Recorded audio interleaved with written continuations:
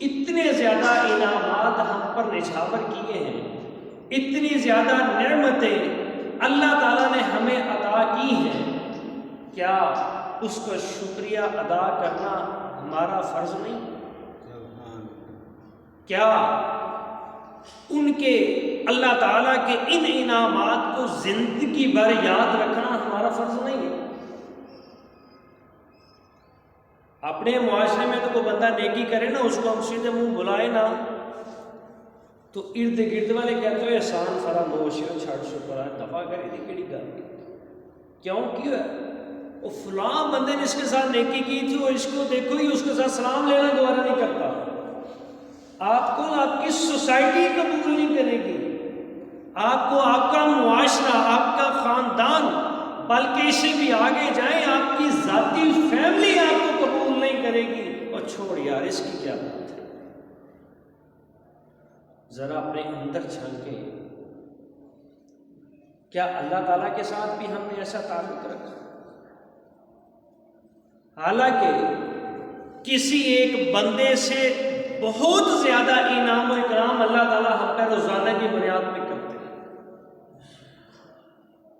ہم سوتے ہیں، صبح اٹھتے ہیں، تندرست ہوتے ہیں، صحت مند ہوتے ہیں، سانس آ رہا ہوتا ہے، پھر اس نے ہمارے رزق کا بندوبست بھی کیا ہوتا ہے، گھر سے باہر جاتے ہیں، رزق کو تلاش کر کے ہم خود بھی کھاتے ہیں، ہمارے بال بچے بھی کھاتے ہیں۔ یہ انعام کم ہے؟ اگر اس ایک انعام کو ہی لے کر بیٹھ جائے تو میرا خیال ہے ساری عمر سجدے میں سر رکھ دیں تو اس کا احسان نہیں جتا سکتے۔ غور اس بات پہ کرنا ہے کہ ہم اپنے آپ کو خاندانی بھی تصور کرتے ہیں، ہم اپنے آپ کو، ہر کوئی ہم میں سے اپنے آپ کو اچھا بھی تصور کرتا ہے، ہم اپنے آپ کو اس حوالے سے بھی سمجھتے ہیں کہ میں اچھا جانتا ہوں، مجھے معلوم ہے اچھا کیا ہے اور برا کیا ہے۔ غور اس بات پہ کرنا ہے کہ ہم سمجھدار بھی ہیں، ہم عقل مند بھی ہیں، ہم معاملہ فہم بھی ہیں، لیکن اس کے باوجود بندوں کا شکریہ ادا کرنے میں ہم نے کبھی دیر نہیں کی۔ اللہ کا احسان کیوں نہیں مانتے؟ اللہ کا شکریہ کیوں نہیں ادا کرتے؟ کیا اس کے دینے میں کوئی کمی ہے؟ اس کی عنایات میں کوئی کمی ہے؟ آپ ماشاءاللہ سمجھدار، باعقل، باشعور بیٹھے ہیں، بتائیں آپ کی کب اللہ نے نہیں مانی؟ آپ نے اللہ نے صحت تندرستی مانی ہو تو آپ نہیں صحت جا کے دیکھیں ہاسپٹل بھرے ہوئے لوگوں سے۔ اللہ تعالیٰ سے آپ نے خاندان مانگا، اللہ نے آپ کو عطا نہیں کیا، بال بچے اللہ نے عطا کیے، بیٹے بیٹیاں عطا کی، اور رزق کے اسباب پیدا کر دیے، اور اس سب سے بڑھ کر بڑی غور طلب بات ہے کہ ہمارے گناہوں میں پردہ ڈال دیا اور ہمیں بالکل اپنی فیملی پاک اور پوتر مطہر کر دیا۔ ہم بطور باپ کے جب گھر میں جاتے ہیں نا تو بچوں کے لیے آئیڈیل ہوتے ہیں، بچوں کے سامنے ہم پاک ہوتے ہیں، بچے سمجھتے ہیں میرا باپ دنیا کا بہترین انسان ہے، وہ تو ہم جانتے ہیں نا، یا ہمارا اللہ جانتا ہے ہمارے اندر کون کون سی قباحتیں۔ اس سب کے باوجود کبھی ہم نے اللہ کے ساتھ ایسا تعلق لگایا، کبھی اللہ کے ساتھ ایسا تعلق مضبوط کیا ہے، استوار کیا ہے؟ حالانکہ اللہ تعالیٰ نے جب ہمیں پیدا فرمایا تھا اس کائنات میں تو ایک ہی نعرہ بلند کیا تھا، وَمَا خَلَقْتُ الْجِنَّ وَالْإِنسَ إِلَّا لِيَعْبُدُونِ۔ یہ جو جن اور انس کو میں پیدا کرنے لگا ہوں نا، ان کی پیدائش کا مقصد یہ ہے کہ یہ میرا شکریہ ادا کرے، میری عبادت کرے، مجھے الہ مانے، میں جو نعمتیں ان کو دے رہا ہوں اس کو شکرانہ ادا کرے، میں ان کی ہر بات مانتا ہوں۔ بیٹھ جاتے ہیں نا ہم کبھی کبھی اللہ سے ضد لگا کر فلاں کام کرنا ہے، یا اللہ ایسے ہو ایسے ہو، اور ہمارا تو انداز ہی بڑا عجیب سا ہوتا ہے نا، ہم اللہ سے مانگ نہیں رہے ہوتے بلکہ بتا رہے ہوتے ہیں میں نے ایسا کرنا ہے، میرے ساتھ ایسا ہو، میں نے ایسا کرنا ہے۔ مانگنے کا تو ہمیں طریقہ ہی نہیں، نہ ہمیں آتا ہے مانگنا، ہم تو ایک اطلاع دے رہے ہوتے ہیں اللہ کو، لیکن اس پہ بھی اللہ کی مہربانی ہے، وہ ہمیں کچھ کہتا نہیں، وہ شاید اس پہ بھی خوش ہوتا ہے، کوئی نہیں میری مخلوق ہے نا، پھر کیا ہے میرا ہی بندہ ہے نا، چلو اس کی یہ بھی بڑی مہربانی، آ تو گیا ہے نا میرے در پہ، اور ہم اطلاع دے کر کام کرنا شروع کر دیتے ہیں، ہم نے کبھی مانگا بھی نہیں ہے، لیکن اس سب کے باوجود کبھی اللہ کی ناراضگی اندر نہیں ہے۔ آپ انفرادی طور پر سوچیں، انفرادی طور پر اللہ نے آپ کو کبھی آزمائش میں ڈالا ہے، کبھی مشکلات میں ڈالا ہے، کبھی اللہ نے آپ پر کوئی مصیبتیں نازل کی ہوں؟ ایک دنیا کا روٹین ہے، جو دنیا میں ہے اس میں جانا ہے، یہ کوئی مصیبتیں نہیں ہوتی، یہ مشکلات نہیں ہوتی، اپنا اپنا وقت پورا کر کے سبھی نے جانا ہے۔ اگر والدین چلے گئے تو یہ مشکل آپ پہ نہیں آئی، مصیبت نہیں آئی، اللہ کا شکریہ ادا کریں۔ اگر والدین چلے گئے ہیں، اس کی اولاد نے اس کو سنبھال لیا ہے، جنازہ پڑھ لیا ہے، کفن دے دیا ہے، نہلا دیا ہے، قبر میں دفن کر دیا ہے، اللہ کا شکریہ ادا کریں۔ نہیں تو دیکھ لیں غزہ میں نہ ڈیڈ بیڈیز ملتی، نہ کوئی غسل دینے والا موجود ہے، نہ کفن دینے والا، نہ جنازہ پڑھنے والا، نہ ہی قبر۔ اس پہ بھی اللہ کا شکریہ ادا کیا کریں۔ اگر والدین کا اپنے جنازہ پڑھا ہے، اپنے کسی عزیز کا جنازہ پڑھا ہے، اپنے کسی قریبی کا جنازہ پڑھا ہے، تو اس پہ شکریہ ادا کیا کریں، دل کو تسلی تو موجود ہے، اطمینان تو ہے نا۔ اگر اداسی آتی ہے تو جائیں قبر پہ، کس نے منع کر دیا؟ باپ ہے، ماں ہے، عزیز ہے، کوئی بھی اس کی قبر پہ جائیں، جا کر کرے باتیں۔ اسلام کب منع کرتا ہے آپ کو؟ باپ ہے تو جائیں اس کی قبر پہ، لیکن جو بات میں کرنے لگا ہوں وہ سنو۔ اللہ نے کہا تھا میرا شکریہ ادا کرو، میں اتنا کچھ آپ کو دیا ہے، اس کے عوض میں کچھ بھی نہیں مانگ رہا ہوں، شکریہ ادا کرنا ہے میرا۔ لَئِن شَكَرْتُمْ لَأَزِيدَنَّكُمْ، بڑھاتا چلا جاؤں گا تم پر نعمتیں، بڑھاتا چلا جاؤں گا۔ لیکن ہم شاید بھول بیٹھے، ہم نے اپنا حق سمجھ لیا کہ مجھے جوانی ملی، طاقت ملی، قوت ملی، خوبصورتی ملی، جوانی راغا ملی، لیکن یہ میرا حق ہے۔ ہم یہ نہیں سوچتے کہ میرے ساتھ ہزاروں لاکھوں لوگ پیدا ہوئے تھے، کہاں پہ گئے؟ میں اس عمر میں آیا ہوں، اللہ کا لاکھ لاکھ شکر ہے، نہ میری ٹانگ کم ہے، نہ میری آنکھ کم ہے، نہ میرا بازو کم ہے، نہ میری جوانی میں کوئی کمی آئی ہے۔ جا کے دیکھیں کتنے بیچارے لولے لگ گئے، کتنے بیچارے پھٹر ہو گئے، کتنوں کی آنکھیں ضائع ہو گئی، کتنے میری عمر کے لوگ ہاسپٹلز میں ایریا لگ گئے۔ میں شام کو کھانا کھا کے رج کے بال بچے میں سوتا ہوں۔ آپ غور کریں، دیکھیں ذرا پردیسیوں کی زندگیاں، بیچارے لمحہ لمحہ جیتے ہیں، لمحہ لمحہ موت سے ہمکنار ہوتے ہیں، اور اکثر کے ساتھ ایسا ہوتا ہے کہ قریبی عزیز فوت ہو چکا ہے، لیکن وہ جنازے پہ بھی نہیں آ سکتا، فلائٹ نہیں مل رہی، ویزا نہیں لگ رہا، ٹکٹ نہیں مل رہی، فلاں مسئلہ، فلاں مسئلہ، فلاں مسئلہ۔ یہاں پر تو آپ کو کون سی چیز میسر نہیں ہے، تو بیمار ہے تو بھاگتے ہوئے چلے جاتے ہیں، دلاسا دے کے آ جاتے ہیں، کوئی فوت ہو گیا تو 4 بار اٹھانے کے لیے چلے جاتے ہیں۔ کون سی کمی آپ کے اندر موجود ہے؟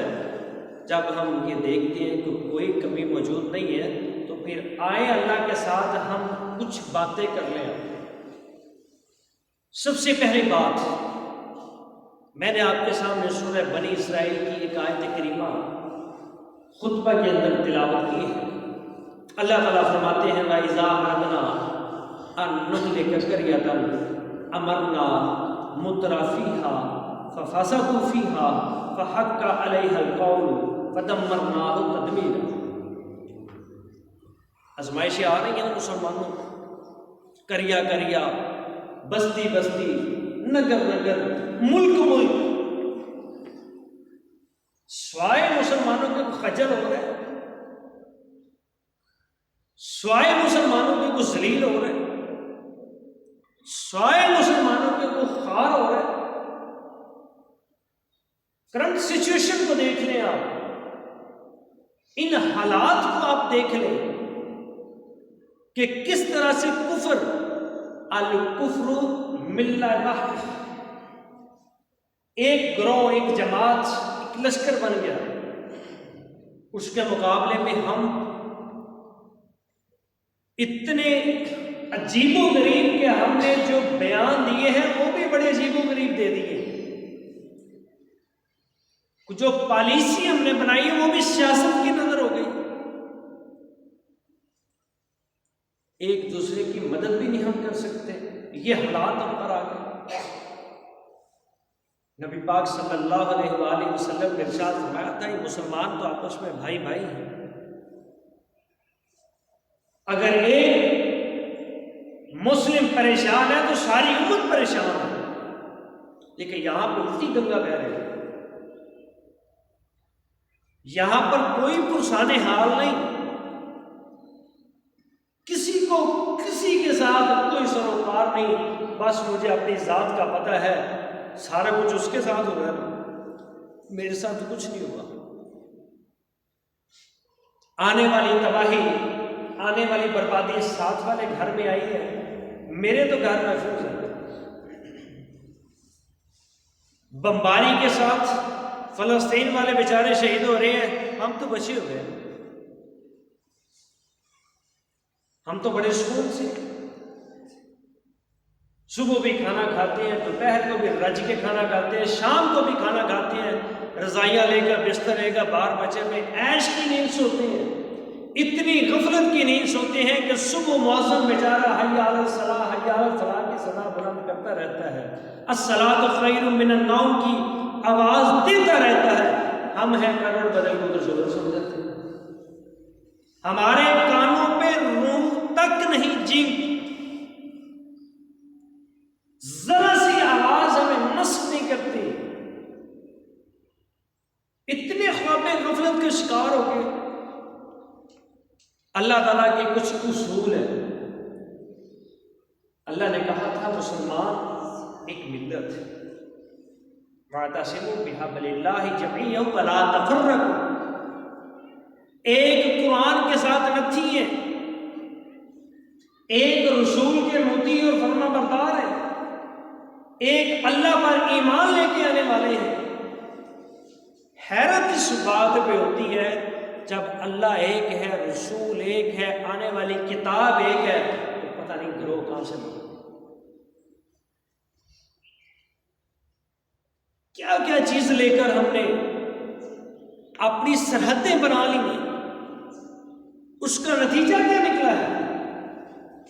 فرد واحد کو ایک ایک ہمیں قومیت کے اندر ڈھال کر، عصبیت ہمارے اندروں میں ڈال کر، ملک اور قوم کی عجیب و غریب سی شناخت دے کر ہم جو ایک ملت سے تقسیم کر کے رکھتے ہیں، کہیں پہ کہیں لسانی بنیادوں پہ تقسیم کر دیا، کہیں پہ ہمیں جغرافیائی بنیادوں پہ ہمیں تقسیم کر دیا، کہیں پہ ہمیں کسی گروہی اور نسل کی تعصب کی بنا پر تقسیم کر دیا، کہیں پہ ہمیں ادھر کا کہہ کے تقسیم کر دیا، کہیں پہ ہمیں ادھر کا کہہ کے تقسیم کر دیا، ہم تو حیران اور پریشان ہیں، کوئی لاجک بھی نہیں بنتی۔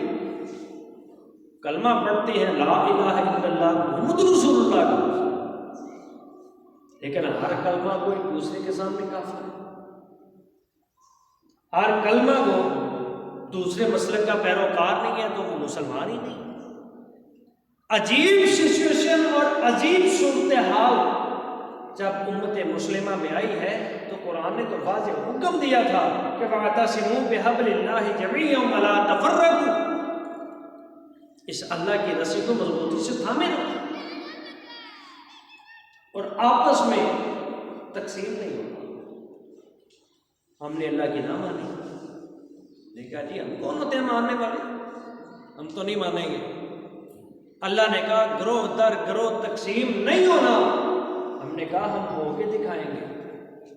کوئی کسی مسلک کے ساتھ اٹیچ ہو گیا، کسی مسلک کے ساتھ اٹیچ ہو گیا، کوئی کسی کے ساتھ اٹیچ ہو گیا، گروہ در گروہ ہم تقسیمات کرتے چلے گئے۔ اس کا نتیجہ کیا نکلا؟ یہی نتیجہ اس سے پہلے افغانستان میں اب ہوا، اس کے ساتھ شام میں ہوا، اس کے ساتھ عراق میں ہوا، اس کے ساتھ ہی مصر میں ہوا۔ بتائیں کون سا اسلامک کنٹری ہے جس کے ساتھ یہ ظلم نہیں ہوا؟ سن 90s میں چلے جائیں،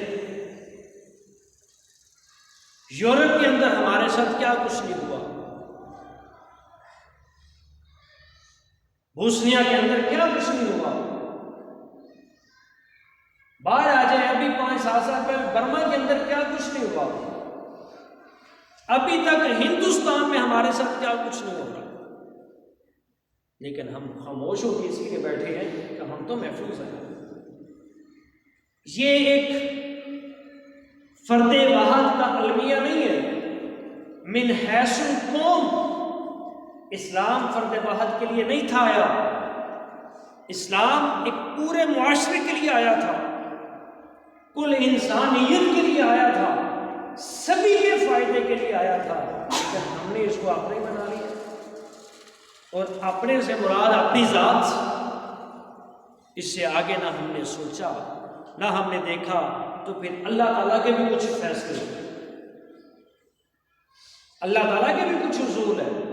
جب ہم نے اس کی نعمتوں کا شکریہ نہیں ادا کیا، اس کے عطا کیے ہوئے انعامات کا تذکرہ ہم بھول گئے، پھر اللہ تو طاقتوں کا مالک ہے،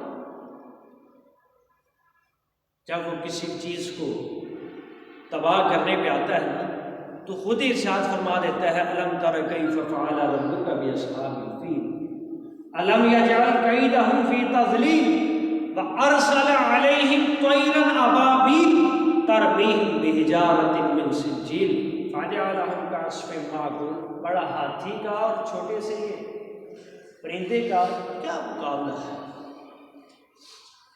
قوی الجسام، ایک زمین کے اوپر چلنے والے جانوروں میں ایک بڑا جانور، ٹنوں کے حساب سے اس کا وزن ہے، اس کا جسم ہے، اور ابابیل کی اتنا سا پرندہ، اس کا کیا مقابلہ ہو سکتا ہے؟ لیکن لڑا دیا اس نے، تباہ و برباد کروا دیا۔ آج اتنا کچھ ہوتا ہے، آج ابابیل کدھر ہے؟ ہاتھی تو للکارتے پھرتے ہیں نا، انہیں چڑھ دوڑتے ہیں، آج کدھر ہے؟ آج کیوں نہیں نظر آتے؟ اس لیے نظر نہیں آتے کہ آج ہم ہیں۔ ابابیل ہمیں بننا تھا، وہ پرندوں کی سچویشن ہمیں اپنے اندر پیدا کرنی تھی۔ اللہ کا حکم اگر پرندوں پہ آ سکتا تو ہم پہ تو آج کو نبی پاک صلی اللہ علیہ وسلم نے ارشاد نہیں تھا فرمایا، صحیح حدیث ہے، لوگوں مظلوم کی مدد کرو، ظلم کے خلاف۔ یہ ارشاد ہمیں نہیں پہنچا؟ کیا آپ نے وہ پہلی وحی کا واقعہ نہیں سنا، نہیں پڑھا کہ جب حضرت اماں خدیجہ رضی اللہ تعالی عنہ کے پاس نبی الرحمت صلی اللہ علیہ وآلہ وسلم تشریف لائے اور کہا مجھے خوف اور ڈر ہے، تو اماں جان نے تسلی دیتے ہوئے کہا تھا کہ آپ یتیموں کے ساتھ پہ ہاتھ پھیرتے ہیں، غریبوں کے والی ہیں، محتاجوں، بیواؤں، مسکینوں کے ہمدرد ہیں، اللہ تعالیٰ آپ کو ضائع نہیں کرے گا۔ ہمیں بھول گئی اسلام کی یہ تعلیم؟ ایک خاتون ہو کے نبی کو اس بات سے آسرا دیا جا رہا ہے کہ آپ نے کبھی کسی کا برا نہیں چاہا، اور وہ پہلا خطاب رسول اللہ صلی اللہ علیہ وسلم کا جو مدینہ میں آنے کے بعد آپ نے ارشاد فرمایا ایھا الناس، اے لوگو، افشوا السلام واطعموا الطعام، آپس میں سلام کہا کرو۔ ہمیں تو الرجی ہو جاتی ہے ایک دوسرے کو سلام کہنے سے، زبانیں ہمارے منہوں کا ساتھ ہی نہیں دیتی، ایک دوسرے کی دعوت کرتے ہوئے ہم مر جاتے ہیں۔ آتے ہیں وہ تعال حکم کا سیگا ہے، امر کا سیگا ہے، لوگوں آپس میں دعوتیں کیا کرو، ایک دوسرے کو کھانا کھلایا کرو۔ کہاں گئی ہماری صلہ رحمی کی؟ ہماری آپس کی لڑائی یہ نہیں ختم ہوتی۔ مذہب کی لڑائیوں سے جان چھوٹے تو کاروباری لڑائیاں شروع ہو جاتی ہیں، کاروباری لڑائیوں سے جان چھوٹے تو خاندانی لڑائیاں، شریکہ بازیاں شروع ہو جاتی ہیں، ان سے جان چھوٹے تو محلے کی لڑائیاں شروع ہو جاتی ہیں۔ خدا کی قسم ہم ان لڑائیوں سے کبھی بچنے کی کوشش بھی نہیں کی ہم نے، اور اس کا نتیجہ کیا نکلا ہے؟ اللہ تعالیٰ کے اپنے اصول ہے۔ اللہ تعالیٰ فرماتے ہیں وَإِذَا أَرَدْنَا أَن نُهْلِكَ قَرْيَةً أَمَرْنَا مُتْرَفِيهَا فَفَسَقُوا فِيهَا فَحَقَّ عَلَيْهَا الْقَوْلُ فَدَمَّرْنَاهَا تَدْمِيرًا۔ جب کسی بستی کو تباہ کرنا ہوتا ہے نا، برباد کرنا ہوتا ہے، ملیا میٹ کرنا ہوتا ہے، تو پھر پنجابی میں کہتے ہیں اس کی باغیں چھوڑ دی جاتی ہیں، لہا میں لا دوڑ جتن لگا۔ اللہ تعالیٰ کہتے ہیں ہم چھوڑ دیتے ہیں، ان کے اوپر دلائل ہم پیش کرتے رہتے ہیں، دلائل حق بات ان کے اوپر ہم بھیجتے رہتے ہیں، نبیوں کے ذریعے، اپنی وحی کے ذریعے ان کو خبردار کرتے رہتے ہیں۔ پھر ایک وقت آتا ہے وہ ہمارے نبیوں کی بات کو نہیں سنتے، ہماری جو وحی ہے اس کی طرف نہیں آتے، پھر ہم ان کی باتوں کو کھینچتے ہیں، فَدَمَّرْنَاهُ تَدْمِيرًا، ملیا میٹ کر کے رکھ دیتے ہیں، ان کو تباہ و برباد کر کے رکھ دیتے ہیں۔ آگے پھر مثال اللہ تعالیٰ ارشاد فرماتے ہیں وَكَمْ أَهْلَكْنَا مِنَ الْقُرُونِ مِنْ بَعْدِ نُوحٍ۔ کبھی غور کریں حضرت نوح علیہ السلام کے طوفان کے بعد ہم نے کتنے زمانے والوں کو ہلاک کیا، اس کی وجہ کیا ہے؟ ہلاک کرنے کی، تباہ کرنے کی وجہ کیا ہے؟ سیدھی سی وجہ ہے، نہ ہم ایک ہوئے، نہ ہم ایک ملتی بن سکے، نہ ہم ایک گروہ بن سکے، نہ ہم ایک جماعت بن سکے، نہ ہم ایک امت کی شکل ہی اختیار کر سکے۔ ہم نے اپنی ذاتی جھگڑوں کو اسلام بنا دیا، ہم نے فروعی اختلافات کو ایمان کی بنیاد سمجھ لیا، ان عام نارمل اختلافات پہ ہم نے اپنے مذاہب کی بنیاد کو رکھ دیا، ہم نے عقیدے کی بنیاد کو رکھ لیا، نتیجہ تو گمراہ۔ قرآن کو ہم نے چھوڑ دیا، رسول اللہ صلی اللہ علیہ وسلم کی تعلیمات کو ہم نے چھوڑ دیا، اللہ تعالیٰ کی اطاعت اور فرما برداری کو ہم نے چھوڑ دیا، ہم نے جو غیر اللہ کے علاوہ ہر چیز کو پکڑ، اللہ کے علاوہ ہر چیز کو پکڑ لیا، رسول کے علاوہ ہر چیز کو پکڑ لیا، قرآن کے علاوہ ہر شے کو پکڑ لیا، نتیجہ تک گمراہ۔ پھر اچھے رہ کہ ہم ایک مسجد والے دوسرے مسجد والے کو گمراہ کہہ رہے ہیں، ایک مسجد والے اس مسجد والے کو گمراہ کہہ رہے ہیں، اس مسجد والے اس کو گمراہ کہہ رہے ہیں۔ جب ہیں ہی سب گمراہ تو پھر جب بمباری ہوتی ہے تو کسی طیارے کے بم پہ نہیں لکھا جاتا ہے وہابیاں نو بچے، سنیاں نو بچے، یا دیوبندیاں نو بچے، یا شیعہ۔ وہ پھر جہاں آتا ہے جس طرح سے آتا ہے ہر شہر کو تباہ اور برباد کر دیتا ہے۔ ٹھیک ہے اختلافات موجود ہیں، سارا کچھ موجود ہے، لیکن اختلافات اگر ہم اپنی ذات تک رکھیں تو پھر بھی تو گزارا ممکن ہے۔ کافر کے سامنے ہم سینہ سپر ہوں، اسے پتا ہو کہ یہ اہل حدیث ہے، یہ دیوبندی ہے، یہ بریلوی ہے، لیکن ہے یہ مسلمان۔ اگر میں نے کسی ایک کو بھی میلی آنکھ سے دیکھا تو یہ سارے کے سارے جتھے گروہ کی شکل میں آ کے میری بوٹی نوچ نوچ کے رکھ، صحابہ کرام رضوان اللہ علیہم اجمعین نے دنیا کو کیسے فتح کیا تھا؟ اگر وہ ان اختلافات کو پکڑتے تو شاید کچھ بھی نہ ہو سکتا۔ سینہ شکر ہوتے تھے، اپنے وقت کی سپر طاقتوں کو پاؤں کے تلے روتا تھا، صرف ایک اللہ اور اس کے رسول کی اطاعت اور فرما برداری کرتا۔ لیکن آج ہم خجل ہو گئے، خوار ہو گئے، ذلیل ہو گئے، اپنے دل کی تسکین کے لیے ایک دوسرے کے ساتھ لڑائی کر کے، ایک دوسرے کے ساتھ عقیدہ علیحدہ کر کے، ایک دوسرے کو برا بھلا کہہ کے، جب یہاں تک بات آئی تو پھر نوبت تو پہنچتی ہے نا، بھائیوں کی جب لڑائی ہو نا تو دشمن ایک بھائی کو گھیر لے تو دوسرا کہتا دبا کر۔ یہی بات ہے ہمارے ساتھ، یہ وہی کافر ہے جو مسلمانوں کی ہیبت سے اپنے بچوں کو ڈرایا کرتے تھے۔ یہ وہی کفار ہے جن کے دلوں پہ رعب اور دبدبا اتنا ہوتا تھا کہ شام کے وقت گھروں کے دروازے بند کر کے اندر اپنے آپ کو قید کر لیا کرتے تھے۔